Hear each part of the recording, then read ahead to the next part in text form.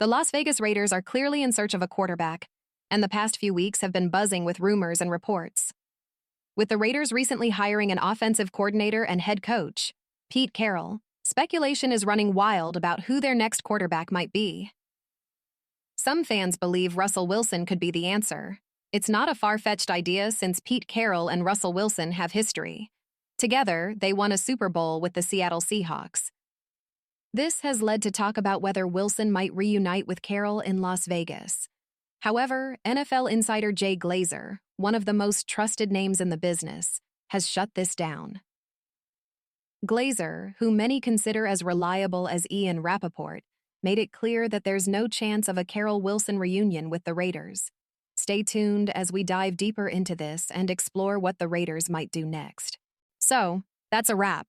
Pete Carroll and Russell Wilson getting back together? Not happening. Jay Glazer confirmed it, and he's one of the most reliable insiders out there. When he says it's not happening, I believe him. That means the Raiders will need to explore other quarterback options. But here's where things get interesting. Glazer also mentioned that Russell Wilson won't be heading to the Steelers either. Instead, Wilson plans to find a completely new team. Now, let's think about this.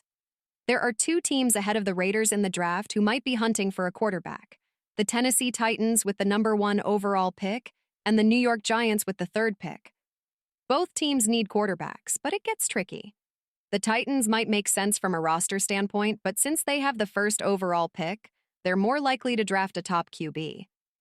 If they're ready to move on from Will Levis, they could target someone like Cam Ward, who's a top prospect this year. To be fair, Levis has potential. He's got a strong arm and good ball placement.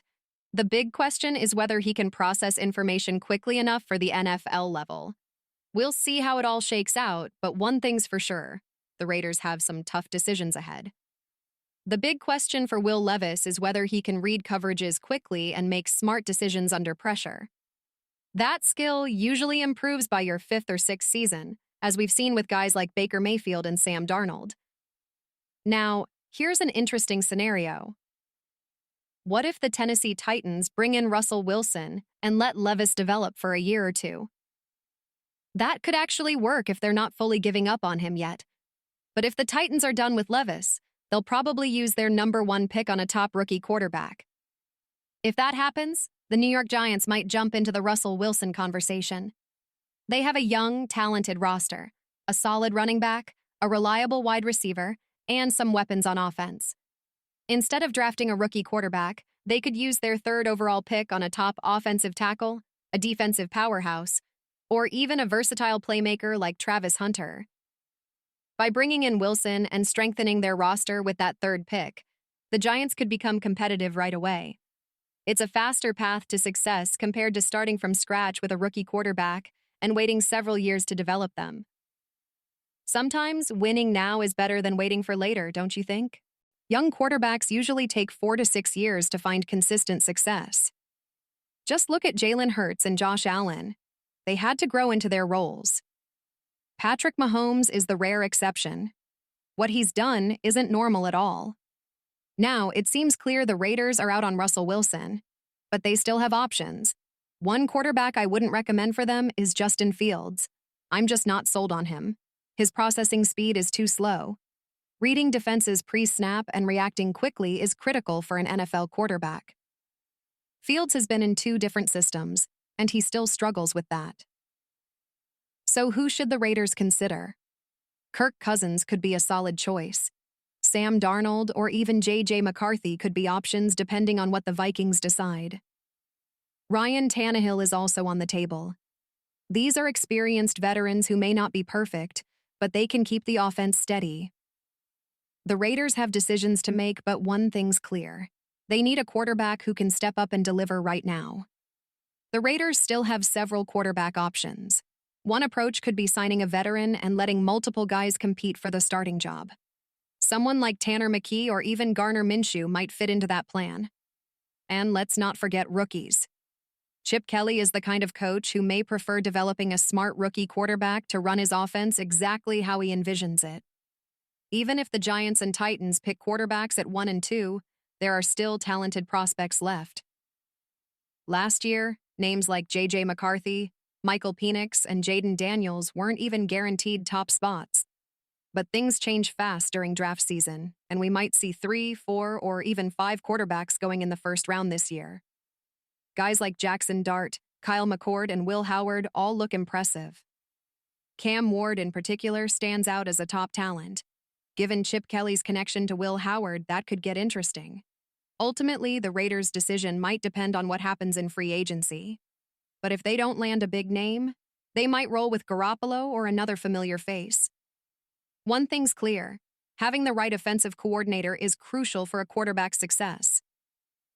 Look at Kyle Shanahan. He took Jimmy Garoppolo and Brock Purdy to the Super Bowl.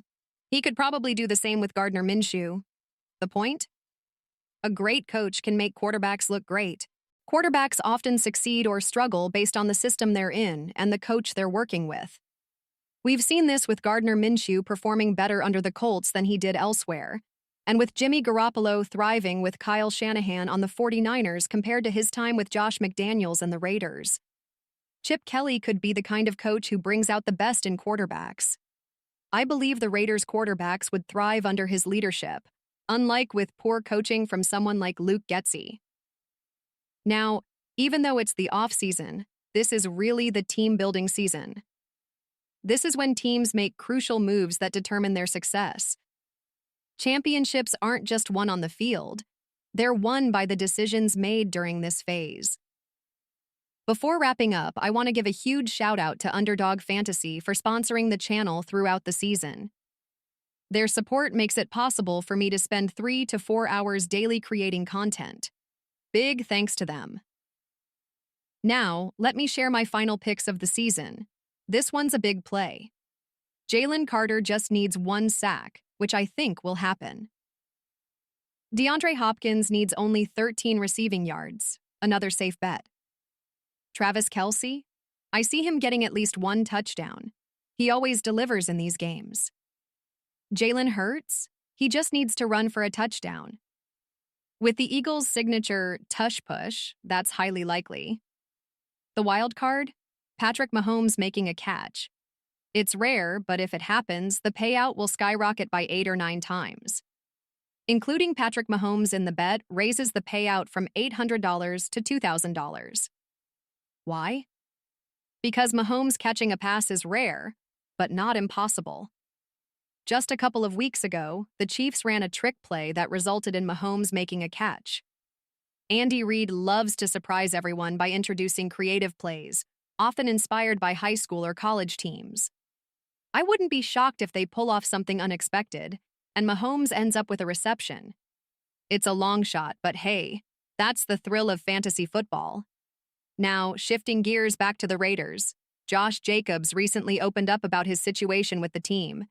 He expressed disappointment about not being able to stay long-term despite his phenomenal season.